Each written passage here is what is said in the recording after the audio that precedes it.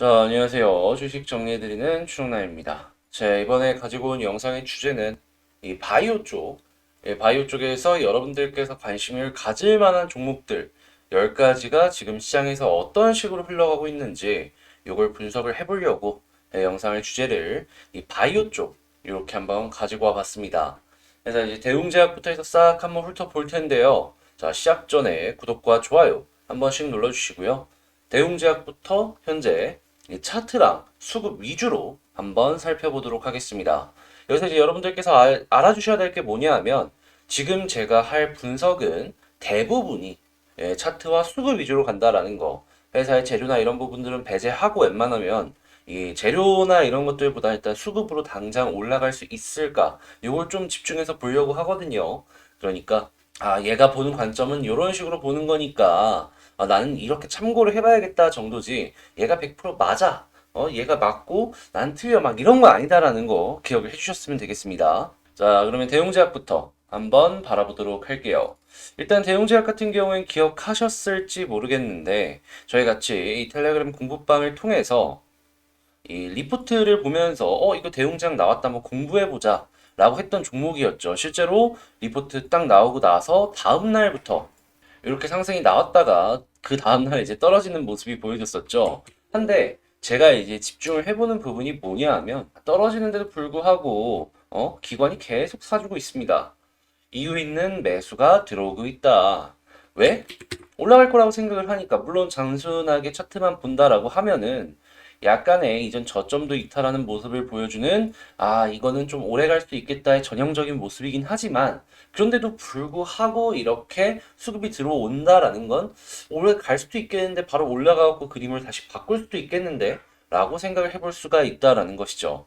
그래서 지금 상황에서 대웅제약 같은 경우에는 제가 생각을 했을 때 여기서 조금 횡보를 해주는 모습을 보여주다가 자 60일선 딱 뚫어주는 그 순간 저는 다시금 이 대웅제약의 상승의 시작이 보여지지 않을까라는 생각을 해봅니다. 근데 지금 저점 부분을 이탈을 해놓은 상태에서 자리를 지켜주려는 걸로 보여지고 있잖아요. 다시 한번 저점이 이런 수급이 들어오는데도 불구하고 이탈하는 모습을 보여주면 거기서는 조금 조심을 해야 될 것 같다. 요렇게 볼 수가 있을 것 같습니다.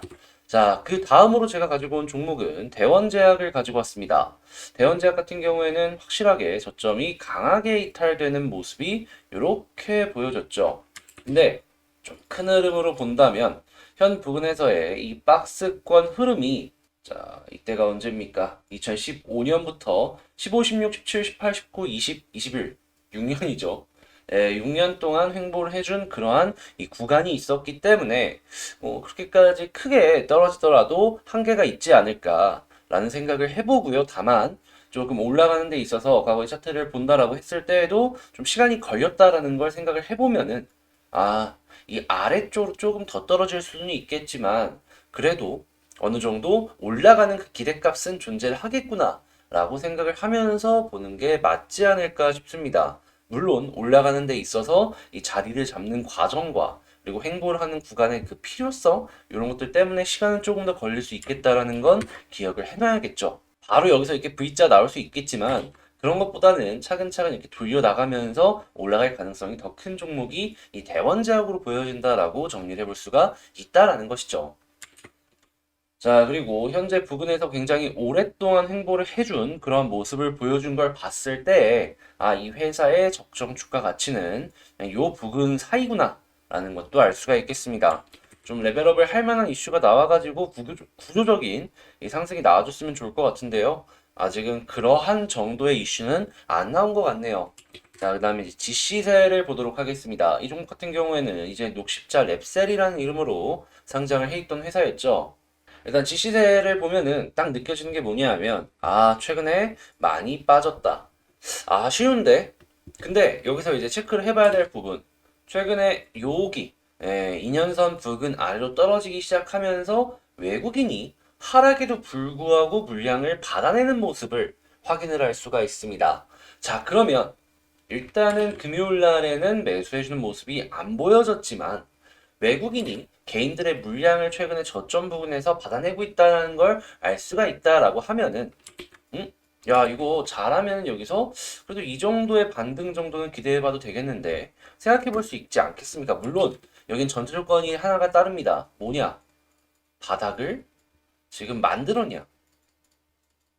근데 여기에서는 바닥이 확실하게 만들어진 게 안 보여지고 있잖아요. 그럼 이럴 때 여러분들께서 매매하셨을 때 참고해 볼 만한 좋은 전략이 뭔지에 대해서 말씀을 드리자면요.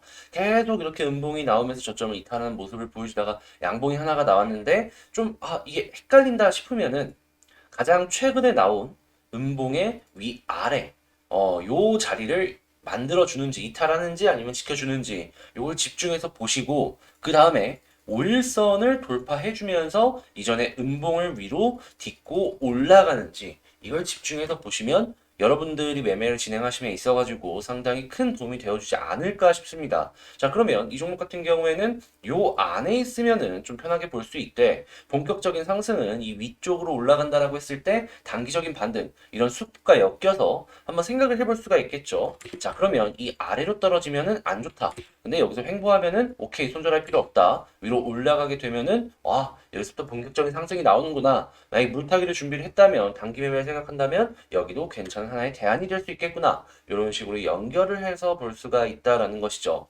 물론 중기적으로 조금 더 봐야 되시는 분들 같은 경우에는 솔직하게 얘기해서 여기서 매매하는 건 아니에요. 나중에 모양이 조금 더 확실하게 잡히고 나서 중기 추세가 도는 모습을 보여주고 추가 매수를 하는 게 맞긴 한데, 이건 이제 단기 매매하시는 분들에게 좀 도움이 되셨으면 하는 바람에서 이렇게 말씀을 드렸다라는 거 기억을 하시면서 들어주셨으면 감사하겠습니다. 자, 그러면 GC셀 이렇게 한번 보시면 좋을 것 같다 말씀드리고요. 다음으로는 이제 레고캠바이오를 다음으로 한번 보도록 하겠습니다. 일단 레고캠 역시도 최근에 시장이 빠지면서 같이 빠지는 모습이 보여졌는데, 그나마 이 종목 같은 경우에 추세가 다 이탈했다라고 하더라도 다행인 건, 자, 박스를 굉장히 오랫동안 그리고 있다라는 겁니다. 물론 이제 구조적인 레벨업이 2020년도에 진행이 되고 나서 이렇게 횡보를 해주고 있는 것이긴 한데요. 자, 대략 1년 넘게 현 부근에서 횡보를 했다라는 걸 알 수가 있는 바. 이거 이 아래쪽 부근에서 그래도 지켜주는 모습이 보여지면은 조금 더 흐름 괜찮게 바라볼 수 있겠구나 라고 생각을 해볼 수가 있겠죠. 그러면 조금 더 아래쪽에 지지라인이 있다라는 걸 확인을 할 수가 있겠습니다.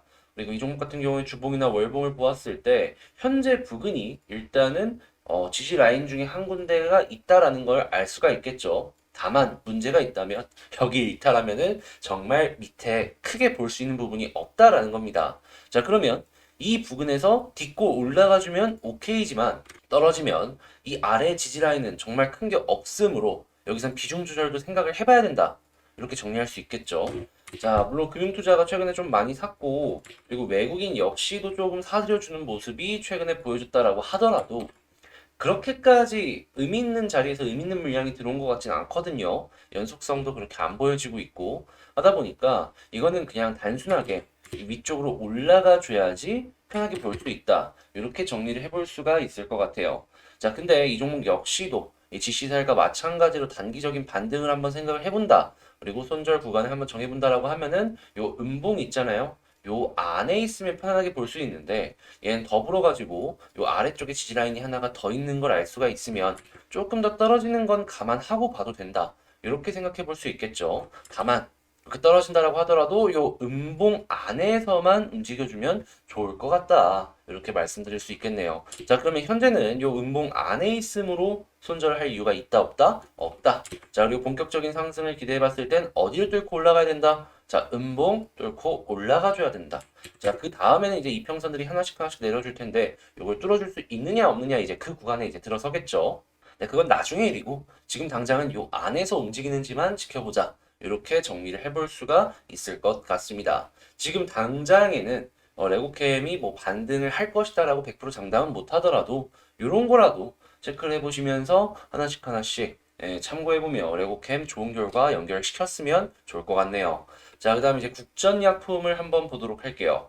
야, 이 국전약품 역시도 지지를 해줄 것이다라고 생각을 했던 1년선 부근을 그대로 이탈해주는 모습을 보여줬는데 일단 지지라인부터 먼저 찾아봐야죠. 일단 지지라인을 보았을 때는 일단 뭐 가격적인 그런 부분 매물대가 현재 있다라는 걸 알 수가 있고요. 일단 주봉을 한번 본다라고 하면은 60주선은 이탈했다는 걸 알 수가 있고 월봉상으로는 20개월선이 이렇게 아래에서 올라오고 있다는 걸 알 수가 있는데 이제 달 바뀌죠. 조금 더 가까워질 것을 생각을 해볼 수가 있겠습니다. 자, 근데 연봉이 조금 아쉬운 게 있는 게 이전에 작년 연봉의 이 시초 있잖아요.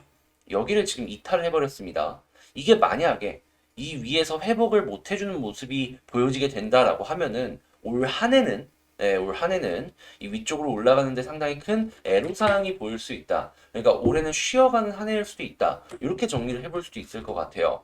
자, 월봉상으로 추세도 안 좋죠. 주봉상으로 추세도 안 좋죠. 일봉상의 추세도 안 좋죠. 그러면 이게 만약에 추세가 돌아간다라고 하더라도 월봉상으로 보았을 때 못해도 6개월은 걸릴 겁니다.